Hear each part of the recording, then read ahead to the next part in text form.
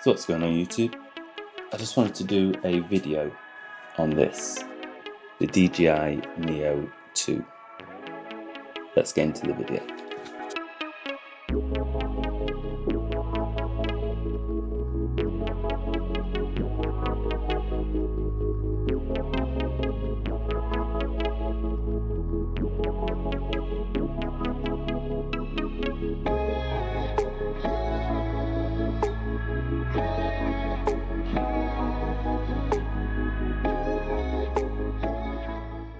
Who is a drone like this for? I think they've probably hit the sweet spot for a lot of people, a hell of a lot of people. So I think for a vlogger, for someone that's on YouTube like myself, it's for them because it does everything that they may need instead of having someone else out there recording you with a video, with a camera, sorry. This can do that and you can get your shots. And I will put obviously all the shots that I've taken, not all of them, but a lot of the shots I've taken, so you can see different types of things, what you would use it for. It's also for someone that does sports. So if you're a runner and you want to track your running, show people things. If you're on a bike, it will follow you till ever.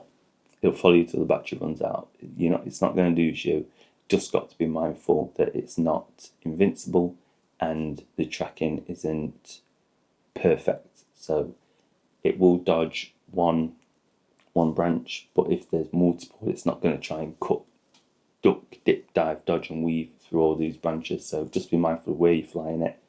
Try and fly it on trails, open spaces and things like that, because it isn't obviously perfect. So yeah, but if you're on a scooter, I've got some footage of my son on a scooter, you'll be able to see that it tracks him no issues, and it does things that maybe you don't think it can do, and the angles that it gets when it's swinging around and stuff like that.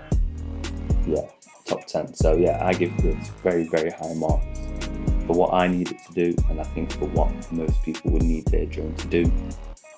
I didn't get obviously the fly more pack or whatever it's called with the transmitter or the controller, as I say, because I've got that DJI Mini 4 Pro that's brilliant. Tracking, I would say this is better tracking wise, but for flying in windier conditions, DJI Neo, for DJI Mini, better angles, the camera's a lot better. This is good, but when you compare it to the DJI, the Mini, that camera is stupendous. Better gimbal, so that is definitely by far an overall better drone. But this, I would say, is a better drone for most people. So obviously, unlike the DJI Neo, this comes with a proper gimbal. So you're able to fly it with wind. Obviously it's light, so don't fly it in a full-on storm or anything like that, but you're able to fly it in wind, and the gimbal does brilliant. Even when it's doing this and it's going up and down, you're looking at the footage and it's still bang on. I've flown it in very windy conditions when I've been out on my bike, been with my son on his scooter or his bike and things, and yeah, what it does is stupendous. So gimbal, 10 out of 10. The protection it's got, so obviously it comes with guards for the propellers, just gives you that extra bit of protection. So as it's tracking you, if it's tracking you from behind and you're on a bike and you're in the woods, it will duck and dodge as best as it can, but it might clip a twig, a leaf, a branch, whatever, and this just protects it. So yeah, very good, very good.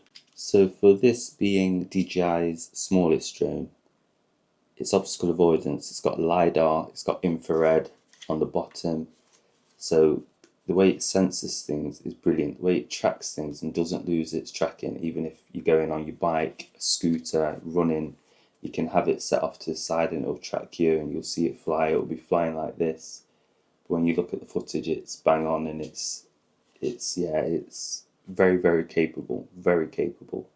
You can buy it with a transmitter, so you can use a controller. I've got the DJI Mini 4 as well, so that's my drone that I use with a controller. This is palm of my hand, take off, set it with the different functions on the side buttons here, and you can see what it is that you're setting on the front screen. I put up a video of that as well so you can see. But yeah, superb drone. So I've had this drone a few months now, and I think it's safe to say it's exactly what I needed, and it's exactly what I think most people need when they want a drone. It's immense. The video quality is brilliant, 4K. The obstacle avoidance is brilliant. It dodges things and ducks down, raises everything. It's small, it's light. Yeah, it's good. It's much, much, much more than just a toy. So if you think you're buying a toy, you'll be mistaken, because it can do everything. So this drone, it can fly at 4K 60, and that's its recording. It can do slow motion, it can do vertical video. So if you're doing things like Instagram or anything like that, reels, shorts, it can record how you want it to record. Really, really good. It is. You can use it in low light. I've not tested it in low light because I just haven't. But I'm not sure if it's good or not. But obviously there's specs for the decent cameras. So I assume it will be okay in low light. But probably just stick to daytime with this type of drone. It's got loads of different flying settings, so it can do obviously just tracking from the rear, it can track you from the front, so if you're walking, you can have it low, flat or high, so it can track you at different angles, different meters away from you as well, so that's really, really good. The way it takes off, just in the palm of your hand, and off it goes. Yeah, top tier, top tier. Really good. So compared to the original Neo, it's slightly heavier, 151 grams. But if you're worried about staying under the 250, you're well under that with the battery.